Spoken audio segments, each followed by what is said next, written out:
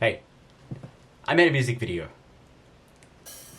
So stay with me here, baby. The world's never gonna be the same. Maybe we're not crazy. You're never gonna keep me away from you.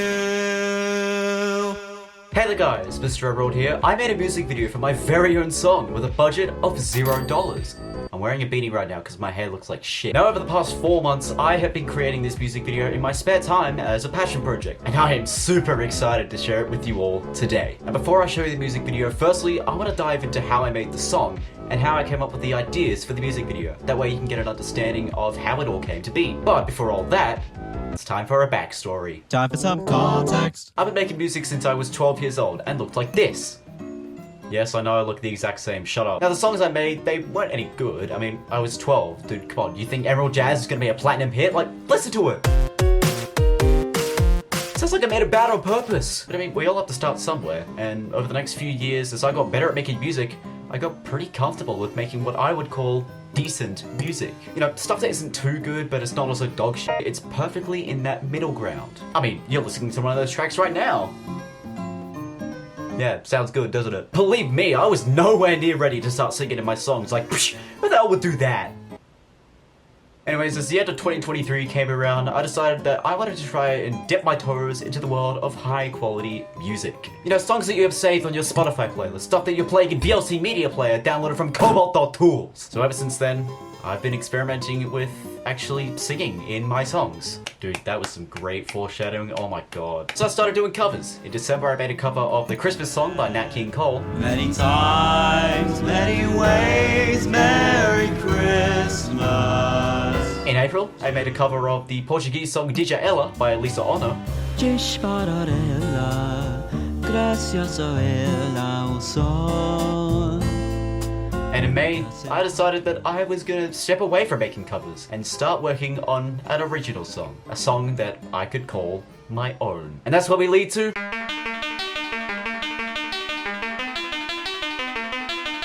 Alright, so let's talk about the song first. Sorry for all the background noise, it's 3 PM and it's a bit busy. So the song is called Stay. It's a rock song with an 80s aesthetic. I'm putting it in quotation marks because it's debatable whether it is an aesthetic at all. The song is very loosely based off of two things. Number one being Andrew Huang's live demo from the III TMA2 Wireless Plus.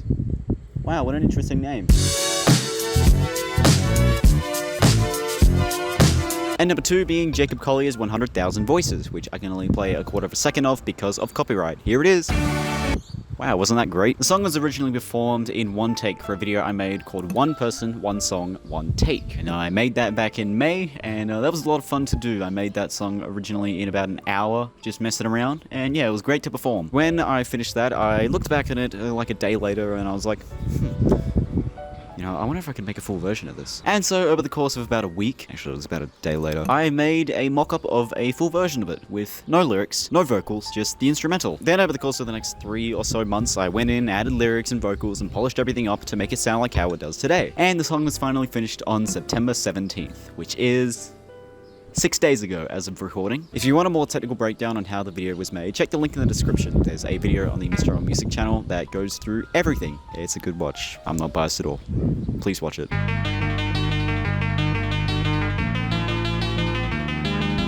Alright, now it's time to talk about the music video. I first had the idea to make a music video for this song back in July. Around that time, I started drawing and writing some notes on my phone about ideas I could do for the music video. Like ideas for cinematography, editing techniques, you name it, it's probably in there. Now the main idea that I came up with was for it to be filmed with a projector, with the projections being a visualizer of some sort with lyrics. And that by itself went through a couple of different phases to get to where it was today. Now the stuff with the projector, it was kind of limiting because of where I could place it in my room, and you know, sometimes I'd go for a take and my shadow would cast onto the projector and it would block the take. That happened a lot with the headshots. Now there are multiple ideas that I eventually had to scrap because I just didn't want to do them and they were going to take too much time. These include singing in different random locations for every line in the song. That would have been hell. In the bridge section, doing a 360-degree spin around me in every different location. Are you insane? Sitting on a blue plastic chair in every different location is some kind of visual gag. I mean, that could have been fine, but it's like, I don't want to lug a blue plastic chair around around with me. Once I got the initial ideas down, I started filming some test footage around late August, early September, just so I could get a feel for what I wanted it to be like. And once I nailed that down, I started filming. And as of right now, I haven't finished filming, so let's talk about the editing.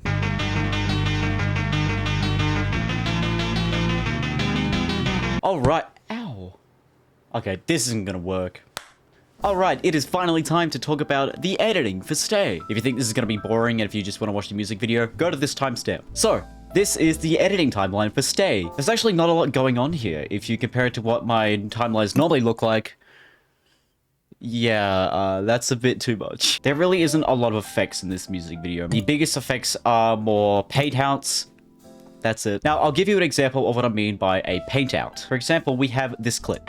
We fell out of love.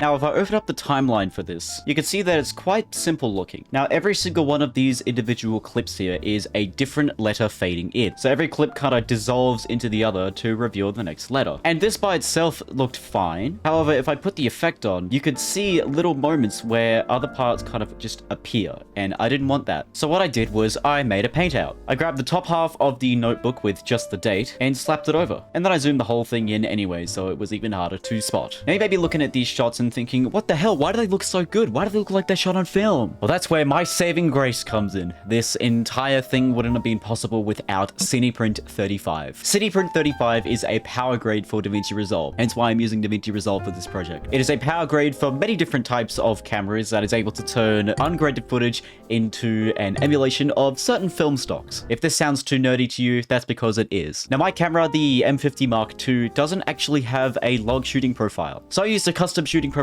called Film Kit Flat, which aims to replicate the look of log footage in Canon cameras. And so I was able to use that when it came to grading my film. Now, Cineprint 35 isn't free. It is, I think, about $60 US, so sorry, I lied. The budget isn't $0, it's $60. Now, like I said before, because my camera doesn't use a log shooting, I use the camera color space transform preset, which is a set preset for any camera that isn't specified in this list. Cineprint 35 also has a power grade for Rec 709 footage, aka standard footage that isn't log, which I actually did use. If I take it off here, you can see that it's pretty much standard looking footage. And all I did was add one of the Rec 709 presets and just mess around with the color wheels. And that's how the film got its look. If you've noticed by now, there are some scenes that are on a higher video track. And by that, I mean 2. Minus this little one. That's because I used alternate takes for those little sections. If I disable the video track, you can see what they originally were. And you may be thinking, oh, why did you replace the clips? well, for this one in particular, a little child ran here during the take and I had to patch it up. And I was like, fuck it, I don't want to use it. I'm just going to replace it with a different one. And for this one, I decided at the last minute to change up the end of the video and have this whole little outro bit where I rip up the piece of paper. So instead of it ending like this, Be away from you. we have this whole outro section instead. Also, fun fact, every time you see me here, I'm supposed to be in a different location. You know how earlier in the video I was at that playground? Yeah, I was supposed to film there. And you know, well, plans just didn't work out and I had to film somewhere else instead. And also, fun fact about this scene, right after I filmed it, I almost got attacked by a magpie. Holy shit. I just almost got swooped. Alright, now that you know the backstory behind the song and the creative ideas behind the music video, it is finally time for a world premiere. So, without further ado, I present to you Stay, the official music video.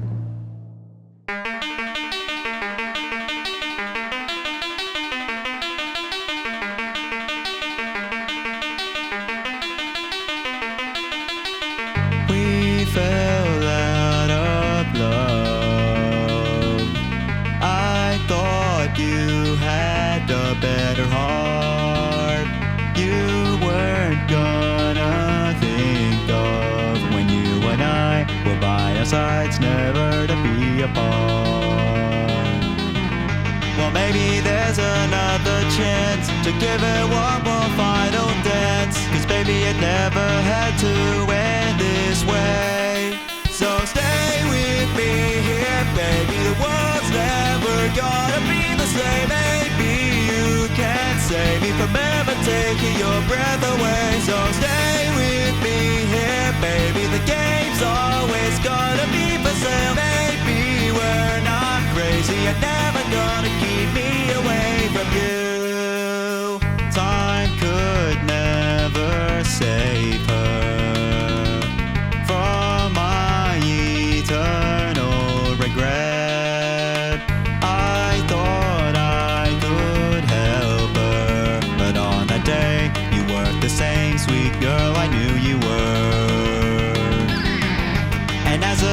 years are passing by, I'm still wondering, oh why the many games we used to play, they may not ever be the same. Well, maybe there's another chance to give it one more final dance, 'cause baby, you know you mean the world to me. So stay with me here, baby, the world's never gonna be the same. Maybe you can save me from ever taking your breath away. So stay with me here, baby, the game's always gonna be for sale. Maybe we're not crazy, you're never gonna keep me away from you.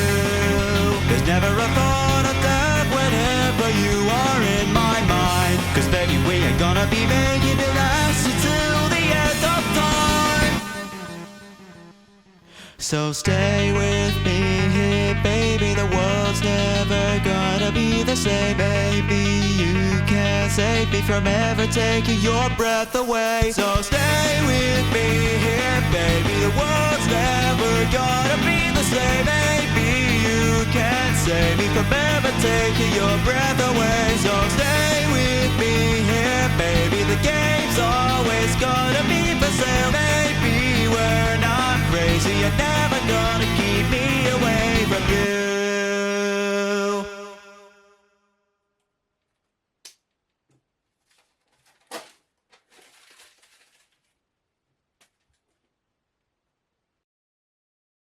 Are you still here? Good, because that means that you actually watched the music video. Thanks. And so that's it. That's how I made Stay, the music video and the song. I am immensely proud on how they turned out and will be for years to come. I mean, it's my first full go into making an original high quality song, and yeah, I'm just very proud on how it all came to be. So thanks for watching. I don't know how to end this video.